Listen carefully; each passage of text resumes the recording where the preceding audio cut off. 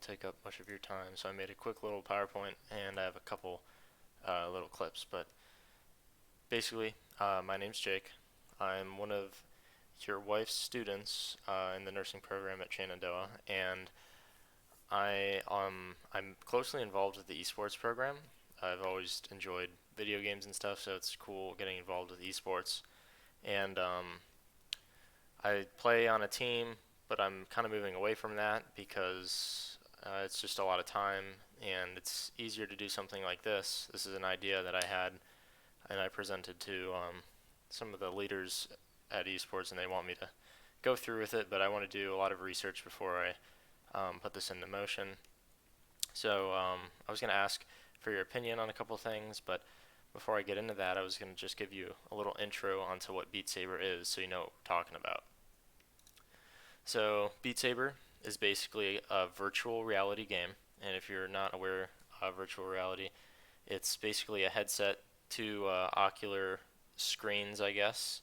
And here's the headset. It's an image here, and these sensors basically measure the place in space of the person's head and these controllers that the player holds.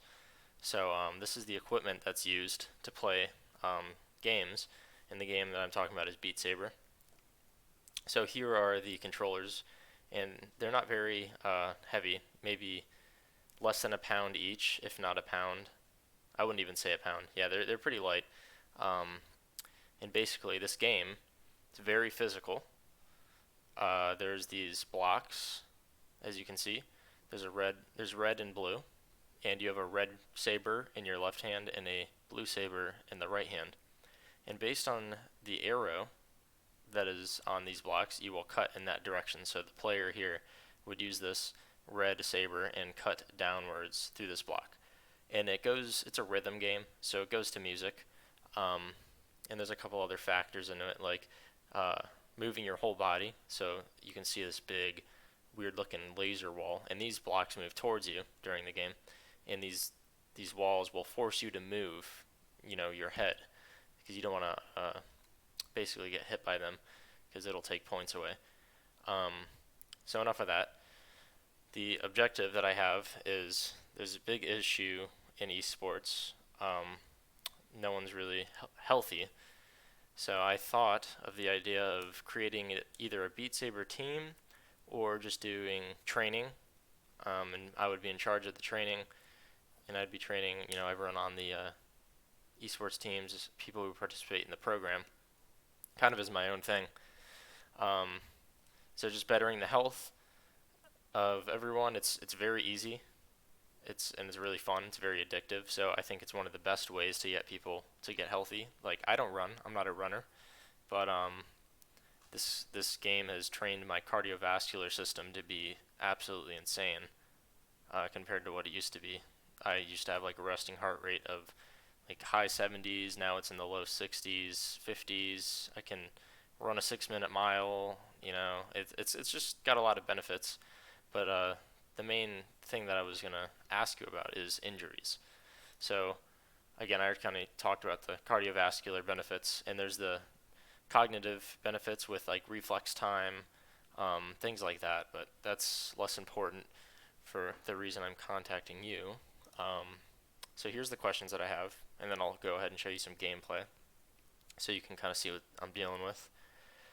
So number one, based on the nature of the game, what would you recommend to be done to decrease the risk for joint injury? So I'm no expert on anatomy and everything. We had to take it for the nursing program and stuff, but I am aware of the ball and socket joints are some of the most prone to injury, and this game is very shoulder heavy if you let it be. And the reason I say let it be is some people will only play with their wrist, but the reason I believe it's a physical game and I make it physical is because I put my whole body into it, and that's what I would be teaching others to do.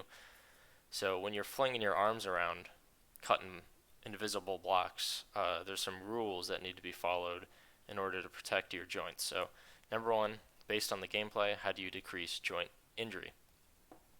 And to go along with that, number two, I recently purchased these 2.5 pound just wrist weights to wear while I play the game.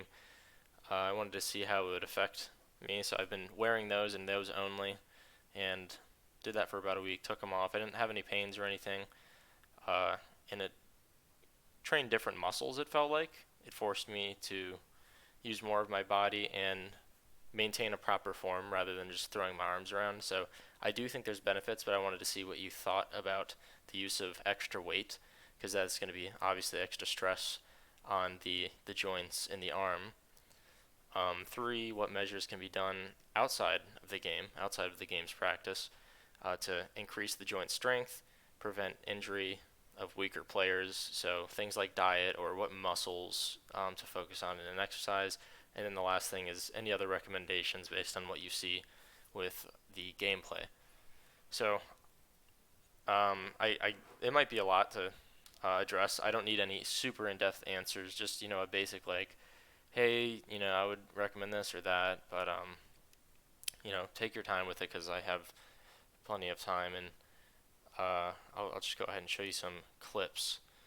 So the thing that makes this game interesting is different songs will kind of work different parts of your arm, I've noticed, and some songs are longer than others, more intense. There's a lot of factors that will go into the game itself.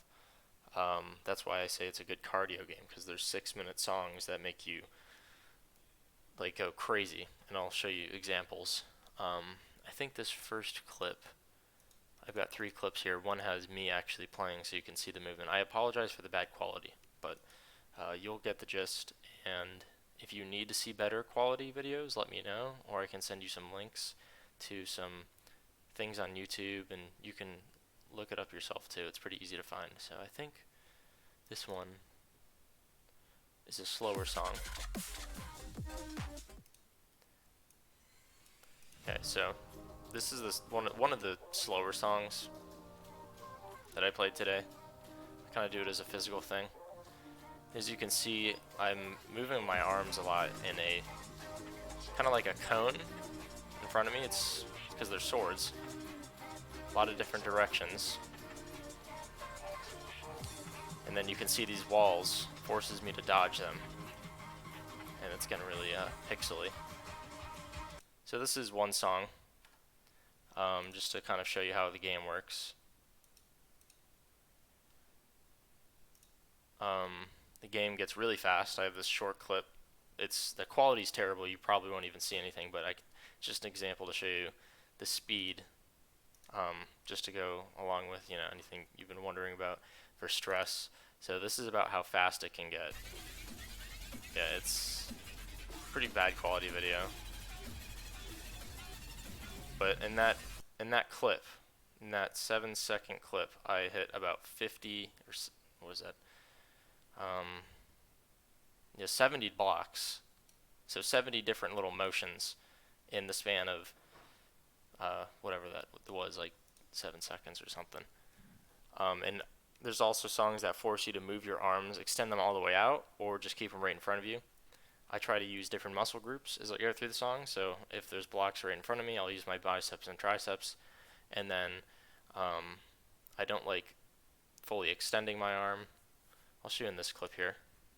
I don't like fully extending.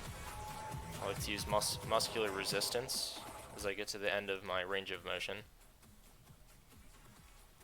So this is an example of a song that forces my arms to move all over the place, left and right, up and down. And then you can see that I ducked there because the little blocks came towards me. There's actually songs that will force you to use your legs a lot and your core, because you'll be maneuvering to get away from these boundaries. So there's that, and then this is, I think, what is this? Okay, it's just another fast song. This is the song that forces you to dodge a lot and squat. So as you can see, I have to squat and like hold a squat, move my arms while I'm doing that. I've never had the only injury I've had was a back injury. A little soreness for about a week. But I try to maintain the best form I can during, some of these more intense songs, because, anyways, as you can see, yeah, a lot of movement. Okay, so that's all I have. Hopefully this wasn't too long or too much to ask for, but I appreciate any input that you give. And again, you can let me know if you have any other questions about the game, or you need to see any other angles, body mechanics, stuff like that. Just let me know. But that's it for now. Thank you.